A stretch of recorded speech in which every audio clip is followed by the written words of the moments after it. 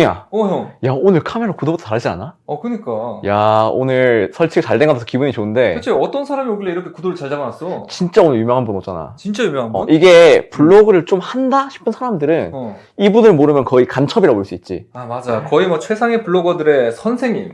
스승님, 무공의 내공이 뛰어난 대야의 제야의 숨은 고수. 대야의 숨은 고수. 채원님 모셨습니다. 네, 안녕하세요. 개발자 채원입니다. 지수에 대한 질문도 정말 많이 들어요. 요즘에 또 네이버가 지금은 살짝 아닌데 과거에는 지수 알고리즘이었잖아요, 거의. 네, 맞습니다. 그러다 보니까 지수 깡패를 도저히 이기는 방법이 없었거든요. 이것도 채원님 입에서 들으면 신뢰성이 좀 높으니까 한번 얘기해 주시는 게. 네. 일단 네이버의 그 지수 알고리즘이 어떻게 변천해 왔는지를 조금 설명드리고 지금의 알고리즘을 설명해 드릴 건데, 첫 번째는 이제 흔히 알려진 C랭크. C랭크는 일종의 소비자 반응을 통해서 창작자의 순위를 나열해 놓은 지수예요. 네. 높으면 높을수록 소비자들이 많이 반응을 하고, 그 다음에 꾸준하게 창작 활동을 하고, 이런 것들이 증명되는 이제 그런 하나의 지수라고 보시면 되는데, 과거의 C랭크일 때는 이 신뢰성이 높은 사람은 절대 이길 수 없었어요. 네네. 맞아. 네, 절대 이길 수 없었어. 맞지만 맨날 똑같은 분만 나와. 맞아요. 근데 지금은 다이아 로직, 그 다음에 다이아 플러스 로직이라는 게 나오면서, 네. 과거에는 신뢰성만 높으면 그냥 점 하나만 찍어도 1등이 되던 그런 시기였는데, 그냥 깡패였네요. 진짜 말 그대로 지수 깡패였는데, 지금은 어떻게 바꿨냐? 키워드를 검색하는 소비자들이 원하는 글을 가지고 있는가? 이게 다이아 로직이고 관련성이라는 지수의 개념입니다. 이게 경험적인 부분도 포함이 될 것이고. 네, 맞습니다. 그죠? 네. 그러면 채원님 말씀은 이 관련성이 신뢰성을 앞설 수 있다. 네, 맞습니다. 네, 비집고 들어갈 수 있어요. 한마디로 블리니도 또 글만 잘 쓰면은 이 오래된 깡패 블로그들 이길 수 있다. 네. 희망적인 얘기네요. 네. 이론상으로 실제로도 사례가 있습니다. 관련성이랑 신뢰성 봤을 때 네. 그래도 신뢰성이 좀 더 높은 건 사실이잖아요. 신뢰성이 사실 높은 건 사실인데, 그 이유가 신뢰성이 이미 높은 사람들이 다이아로직까지 챙기고 있기 때문에. 맞아요. 네. 관련성도 높고 그리고 신뢰성도 높으니까 네. 이거 어쩔 수 있나? 예를 들면 신뢰성이 너무나 높은데 검색 결과가 하나도 안 되는 창작자분들도 계세요. 맞아요. 일상으로 해서 댓글이 200개, 300개 막 이렇게 달리시는 분들, 막 공감이 1000개 막 이렇게 달리시는 분도 있는데, 네. 검색 결과가 하나도 안 떠. 아. 그분들의 관련성은 완전 마이너스 수준이에요. 신뢰성만 높아요. 진짜 그런 것 같아요. 네. 실제로 저희한테 배우고 있는 사람들 중에서도 신뢰성이 거의 5점대가 넘어가는데, 아니, 방문자가 거의 뭐 1000명도 안 되는 이런 블로그들도 많더라고요. 이게 다이아 로직이 생긴 현상 중 하나예요. 다이아 로직이 추가되고 다이아 플러스가 되면서 이제 예를 들면은 내가 지금 현재 써 있는 제목과 그리고 내가 노출시키고자 하는 키워드 그리고 이 본문이 이 키워드의 검색 목적, 이 사람들이 왜 검색을 하는가, 이거에 집중돼서 글이 쓰여 있는가가 핵심이에요. 그러니까 예를 들면 일기론 절대 안 뜬다는 거죠. 네. 새로 유입되는 블로그들한테는 굉장히 희소식이네요. 네, 맞습니다. 네, 역전할 수 있는 기회가 생긴 거니까. 그리고 아마 이런 카드라도 보셨을 텐데, 뭐 2000자를 무조건 써야 된다, 뭐 사진은 무조건 50장 넣어야 된다, 뭐 이런 것들. 맞아. 데이터랩을 통해서든 아니면 직접 검색을 통해서든 찾아보시면 아시겠지만, 네. 사진 5장에 글 300자로도 1등을 뜨신 분들이 있어요. 맞아요. 근데 신뢰성이 0.2예요. 관련성이 12고요. 네. 그러니까 제목과 모든 게 키워드에 딱 핵심이 돼가지고 적혀 있는 그런 글인 거죠. 네, 이건 누가 봐도 이거에 대한 글이다. 네. 실제로 이제 협찬이나 그런 거 오면은 기업에서 연락이 오잖아요. 네, 몇 자 이상 써달라. 그 2000자 이상 써달라고 연락이 오면은 그 설명해주기도 귀찮아서 그냥 강제로 써거든요. 2000자 안 써도 되는데 잘 모르니까. 근데 확실히 진짜 글 개수가 중요한 게 아니고 관련성이나 신뢰성을 어떻게 내가 높일 건지 이렇게 쓰는 게 중요한 것 같아요. 네. 그래서 관련성을 높이는 팁을 조금 드리자면, 좋네요. 네. 여러분 귀 쫑긋하세요. 네. 지금. 띄우고자 하는 키워드를 하나를 먼저 일단 정하세요. 글을 쓰기 전에 일단 정해놓고 메모장이든 포스트잇이든 어디서 적어놓고 딱 옆에 붙여놓으세요. 예를 들면은 뭐 어린이 대공원을 다녀온 이야기를 하면서 서울 가볼 만한 키워드를 띄워요. 우리가 흔히 이제 생각을 해보면 글의 도입부에서 가장 필요한 게 뭘까요? 소비자 입장. 그래 도입부에서 필요한 게. 안녕하세요, 쫑이 라이프입니다. 오늘 날씨가 정말 좋네요.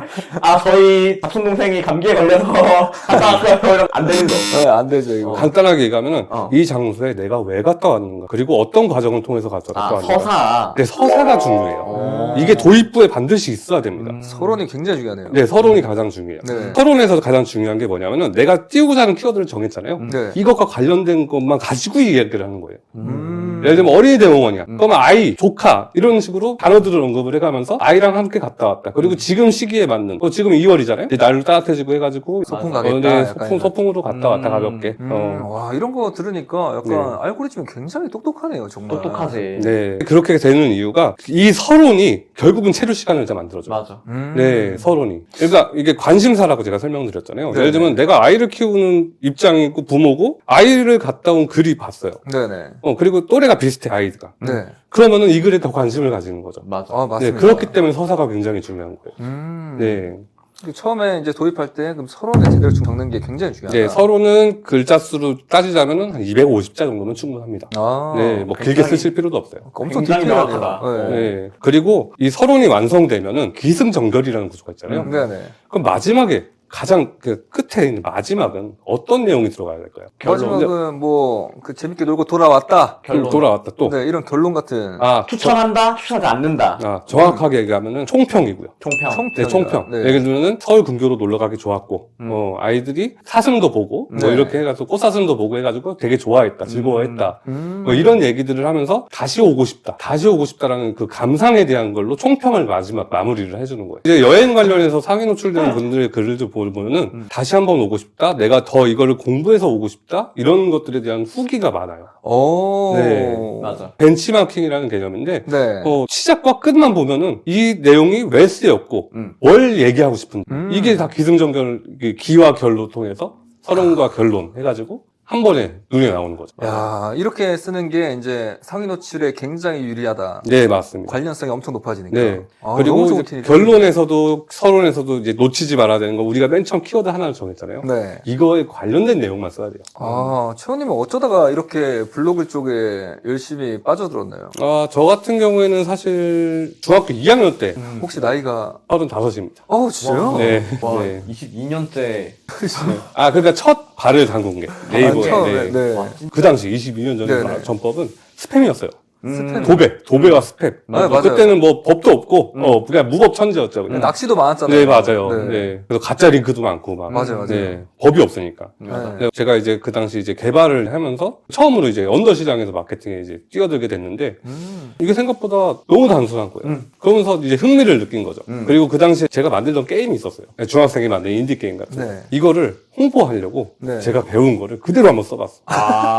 네, 카페를 17,000명을 만들었습니다, 그걸로. 와, 진짜요? 네. 좀 남다르긴 했네요. 약간 개발이 그냥 취미였던 어린 시절의 취미였던. 네, 맞아요. 네, 그냥 단순하게 좋아서 즐기는, 네. 이야, 이게 약간 천재 부류. 떡잎이 남다르다. 남다르다, 진짜. 이제 그렇게 해서 하다 보니까 이제 성인이 돼서 이제 제대 후에 우연찮게 네. 마케팅을 하시는 업체에 네네. 취직을 하게 됐는데 거기 알고리즘을 보니까 규칙이 있네. 음. 그 당시에 이제 네네. 시랭크로직. 그거 규칙을 보면서 그 규칙을 좀 내가 연구를 해서 이걸 도식화하면은 알려줄 수도 있겠다 누군가한테. 야. 네. 그 어린 나이에. 네. 24이었죠 그때. 24살에. 네. 와. 이제 그때부터 출발을 해가지고 많이 알려지지 않은 뭐 소나 알고리즘이라던가 네네. 뭐 리브라, 리브라. 뭐 이런 이제 시랭크 그렇게 이제 시작을 하게 됐죠.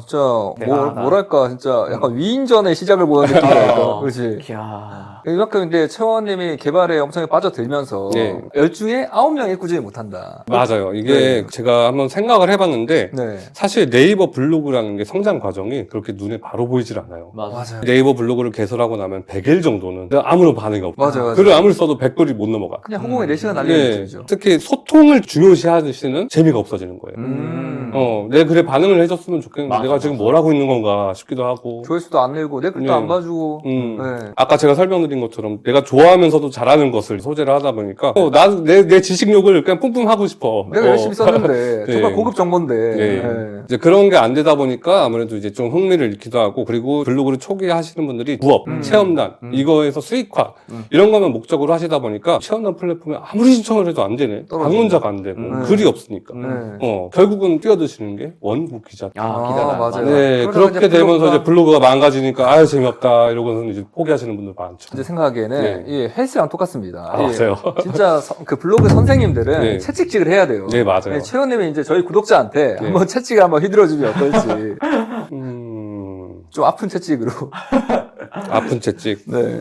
블로그를 해야 하는 이유. 이건 되게 원론적인 얘기긴 한데, 네. 이걸 좀 얘기를 드리고 싶어요. 지금 같은 온라인 시대에서는 자기 PR이든 네. 상품을 PR하든 내 사업을 PR하든 결국은 기록을 바탕으로 컨텐츠를 제공하는 게 핵심이에요. 맞아. 네. 오프라인에서 아무리 명함을 돌리고 발품을 팔아도 유튜브 하나 출연하는 건 못해요. 네. 맞아요. 그런 특징이 있다 보니까 내가 빠르게 성장을 하고 싶고 빠른 성공을 목표로 하신다면은 기록을 생활화해야 돼요. 내 생각에 대한 기록이라던가 내 경험에 대한 기록. 내가 이제 여행 블로그를 해야지 하고 여행 좋아하니까 근데 뭐 회사 일이 너무 바빠서 여행을 못 다녀. 네. 그러면은 여행 계획이라도 올리는 거예요. 또 형이 그런 거 잘하거든요. 네, 여름에 놀러 가야지 하고서 쓰고. 뭐 염색할 때 쓰고 뭐 형 인생 얘기도 많이 쓰고 이러잖아요. 네. 맞아. 그거 보고 연락도 많이 오고. 네, 그게 굉장히 중요한 게 어떻게 보면 그게 다 모든 게 홍보 활동이에요. 나를 브랜딩. 알리는. 브랜딩이죠. 사실 내가 최현님 옛날부터 알고 있었잖아. 음. 그리고 최현님 말하는 거 보면은 그냥 느낌이 온단 말이야. 어떤 느낌이? 아, 이 사람 찐이다. 아, 이 사람 블로그의 찐이다, 진짜. 사실 우리가 알고 있는 거에 대해서도 그 알고 있는 걸 알려주는 건 또 다른 능력치거든. 그치. 가르쳐주는 능력. 근데 알려주는 능력치가 되게 높으시고 그리고 이 사람에 대한 신뢰도가 많이 쌓인 상태에서 데이터랩이 출시가 되었고 그리고 우리가 써봤는데 되게 좋았잖아. 아, 최고지. 지금도 잘 쓰고 있지. 실제로 저희가 협찬이라는 거 받은 게 아니라 네. 진짜 내돈내산으로 데이터랩을 결제해서 쓰고 있거든요. 그러니까 1년에 50만 원 질렀거든요. 1년에 55만 원. 그러니까 지금 현재 할인해서 50만 원. 50만 원이요? 네. 아, 그래요? 깎아주세요. 농담이고 실제로 내돈내산으로 결제했고 그리고 우리가 먼저 연락을 드렸어. 재현님 한 번만 나와주시죠 해서 네. 지금 약간 거의 한 3개월, 4개월 네, 정도의 작년부터. 네. 기간을 걸쳐서 이제 출연하셨는데 내가 좀 걱정되는 부분은 이거 혹시 뭐 홍보 아니냐라고 하시는데 이거는 저희가 찐이에요 진짜. 또 아마 우리 강의 들으시거나 보신 분도 아실 거예요. 우리 맨날 데이터랩 이야기하잖아. 맞아, 왜냐면 맞아. 맨날 쓰니까. 근데 항상 얘기하는 게 또 데이터랩을 사용하기가 좀 어려워서 이 완전 블링이들이 쓰기엔 좀 어려울 수 있다 이런 얘기도 덧붙이거든. 그러면 이제 데이터랩 궁금하시면은 저희가 댓글에다가 링크 달아놓도록 하겠습니다. 궁금하시면은 아래 링크로 오시면 될 것 같습니다. 네. 그리고 여기냐? 이거 한번 해주세요. 네. 짠.